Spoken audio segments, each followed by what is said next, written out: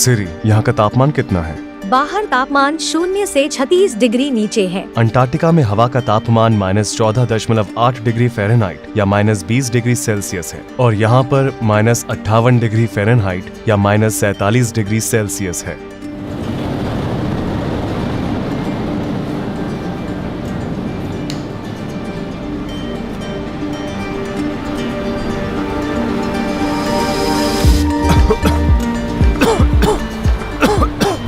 हमारे फेफड़ों को इसकी आदत नहीं है, इसलिए हमें बार बार खांसी आ रही है। यहाँ का मौसम बहुत ही ठंडा और शुष्क है। यहाँ की आबादी बहुत ज्यादा है। यहाँ करीबन 3 लाख लोग रहते हैं। याकुत्स्क रूस के ऑटोनोमस रीजन सखा रिपब्लिक की राजधानी है, जो कि नॉर्थ पोल से 280 मील की दूरी पर बसा हुआ है। क्योंकि यह जगह साइबेरिया के सबसे उत्तर पूर्व में स्थित है, इसलिए यह बाकी की दुनिया से बहुत अलग थलग लगता है।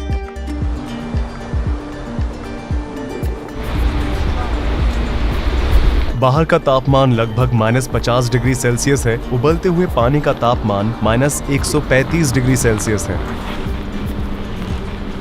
जैसा कि आप देख सकते हैं, ये तुरंत आइस क्रिस्टल्स में बदल गया है। इस क्षेत्र में आज तक का सबसे कम तापमान -71.2 डिग्री सेल्सियस रहा है। ऐसा लगता है जैसे यह जगह किसी दूसरे प्लैनेट का हो। बाहर रखा गया केला कुछ ही मिनटों के अंदर एक हथौड़े में बदल सकता है। यहाँ पर लोग मेटल फ्रेम के चश्मे नहीं पहन सकते हैं, क्योंकि मेटल उनकी त्वचा से चिपक सकता है और जब वे अपने चश्मे को निकालने जाएंगे तो उनका मांस बाहर आ सकता है। ये मांस का एक टुकड़ा है जो बिल्कुल इंसानी मांस जैसा दिखाई देता है। आइए इसे मेटल से छूकर देखते हैं कि क्या होता है।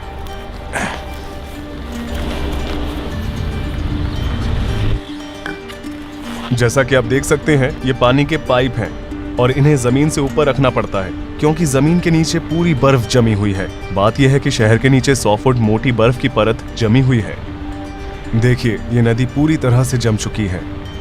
सोवियत युग के दौरान स्टालिन के विचारों का विरोध करने वाले लोगों को सखा रिपब्लिक में निर्वासित कर दिया जाता था। उसमें पॉलिटिशियन, व्यापारी आदि शामिल थे। असल में आज याकुत्स्क में रहने वाले कुछ लोग उनके पोते पोती हैं, इसलिए ये निर्वासन की जगह हुआ करती थी। आज इस शहर में लोग एक आम जीवन जी रहे हैं। हम इस जीवन को बर्फ का नरक कह सकते हैं। यह मनुष्यों की सीमाओं के पार है। चाहे हम जो कुछ भी क्यों ना पहन ले, कोई भी चीज हमारे शरीर को गर्म रखने के लिए पर्याप्त नहीं है।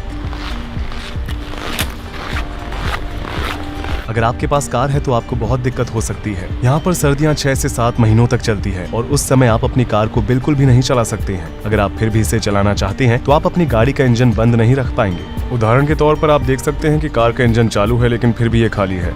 अंदर कोई भी नहीं है। ऐसी ही यहाँ पर सैकड़ों कारें हैं। इंजन के चालू रहने की वजह यह है कि अगर ये रुक गया तो इस बात का खतरा रहता है कि ये पूरी तरह से बर्फ में ढक जाएगा और इंजन का तेल जम जाएगा। जैसा कि आप यहाँ पर देख सकते हैं, इस गाड़ी के मालिक ने अपनी कार को लंबे समय तक नहीं चलाया होगा। इंजन बंद होने के सिर्फ 20 मिनट बाद ही उम्मीद छोड़ देना यहाँ एक आम बात है। एक और जमी हुई कार अगली गर्मियों में इस्तेमाल होने का इंतजार कर रही है। ये कार चल रही है ना? चलिए देखते हैं इसके अंदर कोई है या नहीं। हाँ, कोई भी नहीं है। क्या आप सोच सकते हैं कि यहाँ वाकई में ऊर्जा की कितनी ज्यादा बर्बादी हो रही है? किस्मत से रूस एक ऐसा देश है जहाँ तेल और प्राकृतिक गैस संसाधनों की मात्रा बहुत अधिक है। यहाँ तक कि एग्जॉस्ट स्मोक भी जम जाती है। यहाँ इतनी ज्यादा ठंड है। कार की सुरक्षा के लिए विशेष कवर्स भी बनाए गए हैं, लेकिन कभी कभी वो भी काफी नहीं होते। जिनके पास पैसे खर्च करने की हैसियत है वे अपनी गाड़ियों को हीट गैरेज में रखते हैं। क्योंकि ये गाड़ियां लगातार चलती रहती है, इसलिए पूरे शहर में लगातार धुएं की एक परत बनी रहती है। धुंध की वजह से सामने कुछ दिखाई देने की सीमा अक्सर 60.96 मीटर से कम होती है। यहाँ पर बनाए गए घरों का आर्किटेक्चर बिल्कुल अलग है। जमीन के बर्फ से ढके होने और बर्फ के खिसकने की संभावना की वजह से बिल्डिंग्स को खंभों पर बनाया जाता है।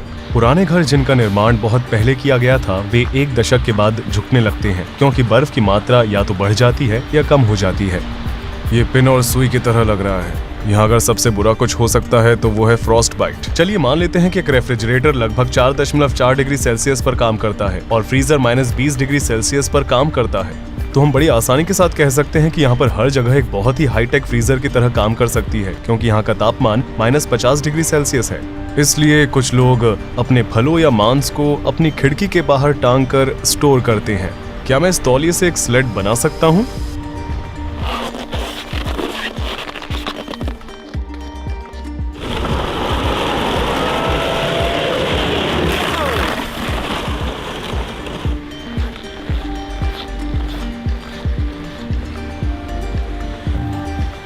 वीडियो बनाने के लिए मैंने बस 1 मिनट के लिए अपने ग्लव्स उतारे। अब मेरे हाथों में बहुत दर्द हो रहा है। मेरी पलकों पर भी बर्फ जम गई है। मैं बर्फ को निकालने की कोशिश कर रहा हूँ। हटो हटो। अगर आप 15 मिनट से ज्यादा समय तक बाहर रहते हैं तो आपको त्वचा में जलन और सांस लेने में दिक्कत जैसी समस्याओं का सामना करना पड़ेगा। ठंड लगना जो सुई की चुभन की तरह होती है, फ्रॉस्ट बाइट, उसके बाद सनसनी, और फिर इसके बाद सीधे मौत भी हो सकती है। उसने बस 5 मिनट मेरा वीडियो शूट करने के लिए अपने ग्लव्स निकाले और तुरंत ही उसकी उंगलियां सफेद हो गईं। हमारा माइक्रोफोन रेड वार्निंग दे रहा है। ये ठीक से काम नहीं कर रहा है। कैमरा भी ठीक से काम नहीं कर रहा है। देखिए, इसका कवर जम गया है। हमारे फोन भी ठीक से काम नहीं कर रहे हैं। कुछ मिनटों पहले उसके फोन की बैटरी लगभग 10% थी और फिर अचानक डेड हो गई, जबकि वास्तव में ये लगभग फुल थी। मेरे पीछे आप जो देख रहे हैं वो एक कब्रिस्तान है। मेरे जूतों के नीचे की बर्फ की थिकनेस लगभग 100 फुट है और ये बर्फ लगभग पूरे शहर के नीचे है, जो गर्मियों में भी नहीं पिघलती है। तो यहाँ लोग मुर्दों को कैसे दफनाते हैं? वे कोयले के टुकड़ों को इकट्ठा करते हैं और 2 से 3 दिन उन्हें जलाते हैं। एक बार जब कोयला जल जाता है तो बर्फ के टुकड़े पिघल जाते हैं और फावड़ियों का इस्तेमाल करके इसे आसानी से हटाया जा सकता है। आखिर में इस क्षेत्र की 6 से 7 फीट की गहराई तक खुदाई की जा सकती है। यहाँ तक कि 100 या 200 साल पहले मरे हुए व्यक्ति का शरीर आज भी बहुत ठोस पाया जा सकता है। दुनिया के कुल हीरो के भंडार का 20% याकुत्स्क में है। इसके अलावा यहाँ पीरियोडिक टेबल के भी सारे एलिमेंट्स हैं। याकुतिया क्षेत्रों के नीचे कई मैमथ और डायनासोर के फॉसिल्स हैं।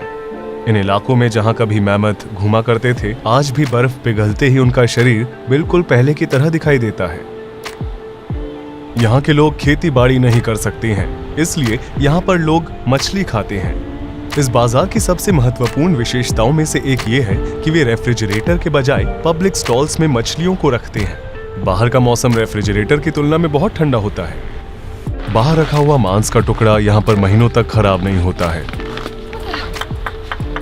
यहाँ पर दर्जनों जमे हुए खरगोश हैं। बतख के साथ साथ उन्हें भी बहुत खाया जाता है। घोड़े का मांस मिलना भी बहुत आम बात है। ये लगभग 45 पाउंड की है।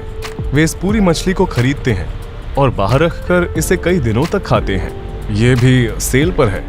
बेशक ये कभी खराब नहीं होता। इसके कान बिल्कुल भी नहीं हिल रहे हैं। आप यहाँ कितने घंटे तक काम करती हैं? मैं सुबह 9 बजे से लेकर रात 8 बजे तक काम करती हूँ। वो कितने समय से ये काम कर रही हैं? 30 सालों से। उन्होंने एक दूसरे के ऊपर कितने कपड़े पहने हैं? Кофта. И вот такие эти. И вот. वे ऐसे फरों पर खड़े होते हैं ताकि अपने पैरों पर आने वाली ठंड का एहसास न हो। याकुतियों, जिनकी आबादी सबसे ज्यादा है, वे मूल रूप से तुर्क हैं। इस आबादी का 38% मूल रूप से रूसी है।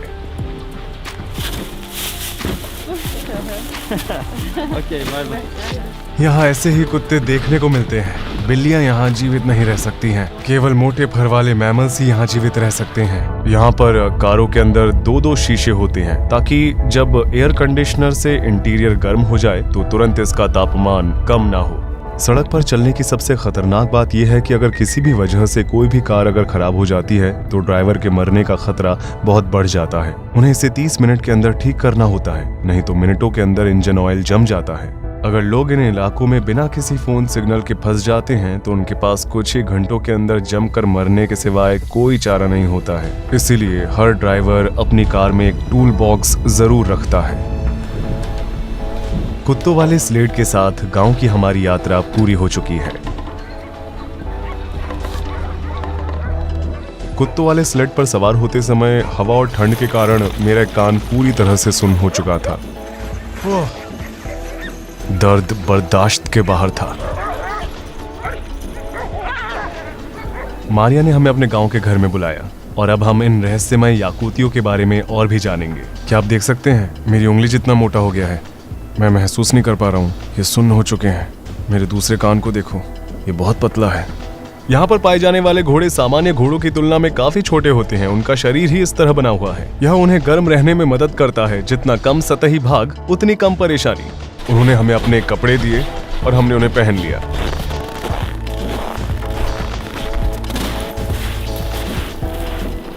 आप जमी हुई नाव को देखकर कह सकते हैं कि हम एक झील के ऊपर से गुजर रहे हैं।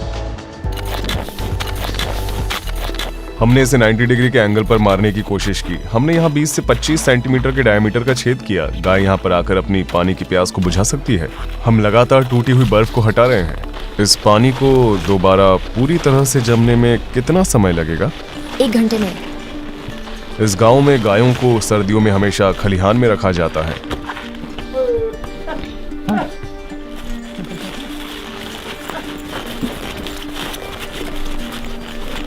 क्या उन्हें ठंड नहीं लगती? बेशक वे करते हैं, इसीलिए वे ज्यादा समय बाहर नहीं बिताते हैं। ये मुझे क्या हुआ है? आपको कान में फ्रॉस्टबाइट हो गया है। इसका ज्यादा समय तक रहना खतरनाक साबित हो सकता है। उन्हें इसे काटना पड़ेगा, है ना? अगर वे इसे बचा नहीं सके तो वे इसे काट सकते हैं, क्योंकि इसके सेल्स पहले से ही मर चुके हैं। यह आपके कान के लिए है, जो कि एक ट्रेडिशनल याकुत्स्क मेडिसिन है जिसे भालू की चर्बी से बनाया जाता है। बियर? हाँ, इसे मेरे पिता ने शिकारियों से लिया था। ओह। इसे फ्रॉस्टबाइट और जलने के दौरान मदद मिलती है। अगर आप इसे पीछे से देखेंगे तो आपको साफ साफ दिखाई देगा। ये सच में बहुत सूज गया है। ये लोग इसे फ्रॉस्टबाइट कहते हैं। अगर मैं 15 मिनट और ठंड में रहा होता तो शायद मैं अपने पूरे कान को खतरे में डाल सकता था। यहाँ पर रहना कोई मजाक नहीं है। आपने अब तक का सबसे ठंडा तापमान कितना देखा है? यहाँ का सबसे कोल्डेस्ट टेम्परेचर -71 सेल्सियस था। आपके लिए ठंड क्या है? अगर मेरे पास मौसम के हिसाब से अच्छे कपड़े हैं तो -40 से पहले ये मेरे लिए रियल विंटर नहीं होगा। -41 से लेकर -48 मेरे लिए ठीक ठाक है। -40 से नीचे ठंड होती है और -42 से नीचे बहुत ठंड होती है, और हर एक डिग्री को महसूस किया जा सकता है। बेहद ठंड का मौसम आग की तरह चुभता है। हाँ, सच में मेरे कान में भी मुझे जलन महसूस हो रही है। लग रहा है जैसे बहुत गर्म हो गया हो। कभी कभी लोग बहुत ज्यादा शराब पी लेते हैं और कहीं बाहर सो जाते हैं, और बस एक रात बाहर रहने से कुछ लोगों के पास सही कपड़े नहीं होते और वे जंगल में चले जाते हैं। उनकी कार खराब हो जाने पर वे किसी को कॉल नहीं कर सकते, क्योंकि यहाँ फोन सर्विस नहीं है, और इसी तरह उनका किस्सा खत्म हो जाता है। प्रकृति के बारे में क्या राय है? याकूत और सखा लोगों की पूरी लाइफस्टाइल नेचर का ध्यान रखना और उसका सम्मान करना है। बचपन में मैं और मेरी फैमिली मछली पकड़ने, शिकार करने के लिए जंगल में जाया करते थे। यह हमारी जिंदगी का बस एक हिस्सा है, और हम हमेशा याद रखते हैं कि हम इस दुनिया के मालिक नहीं हैं। हम तो महज मेहमान हैं। मिसाल के लिए, हम हमेशा इस रिचुअल को फॉलो करते हैं कि जब भी हम कुछ बड्ढा करने जाते हैं तो हम हमेशा अपने साथ थोड़ा सा खाना ले जाते हैं और इसे जमीन पर छोड़कर प्रार्थना कहते हैं, नेचर प्लीज हमारे साथ शेयर करो, प्लीज हमें खाना दो। यह उस जमीन के मास्टर आत्मा के लिए है। आप मानते हैं कि प्रकृति में एक आत्मा होती है? हाँ, मिसाल के लिए जब हम जंगल में जाते हैं तो आपको जोर से नहीं बोलना चाहिए, क्योंकि इससे स्पिरिट्स डिस्टर्ब हो सकती हैं। आपको वहाँ शराब नहीं पीनी चाहिए, मौज मस्ती नहीं करनी चाहिए, कचरा नहीं फेंकना चाहिए, न छेड़ो, न परेशान करो और न ही बिगाड़ो। याकूत धर्म कोई ऐसी चीज नहीं है जो किसी किताब में लिखी गई हो या कोई चर्च जैसा हो। हमारे धर्म का एक सेंटर है, लेकिन वह बाकी धर्मों जैसा नहीं है। हम क्या करते हैं? हम हर रोज प्रार्थना करते हैं। यह कुछ वैसा नहीं है, बल्कि यह हमारे मन में है, हमारी लाइफस्टाइल में है, और ये सब कुछ नेचर से जुड़ा हुआ है।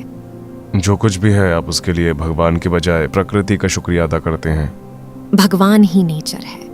हमारे भगवान नेचर का एक हिस्सा है। अच्छा, अब मैं समझा। आप दक्षिण की ओर रहने के लिए क्यों नहीं चले जाते, जहाँ इसकी तुलना में गर्मी ज्यादा है? क्योंकि इन तापमानों में रहना किसी पीड़ा से कम नहीं है।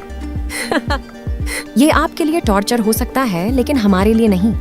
मैं और मेरी फैमिली यहाँ हैं। इसकी सबसे बड़ी वजह यह है कि मैं अपने परिवार, अपने माता पिता, अपने दादा दादी के करीब रहना चाहती हूँ, और दूसरा यह कि मुझे यहाँ का नेचर बहुत पसंद है।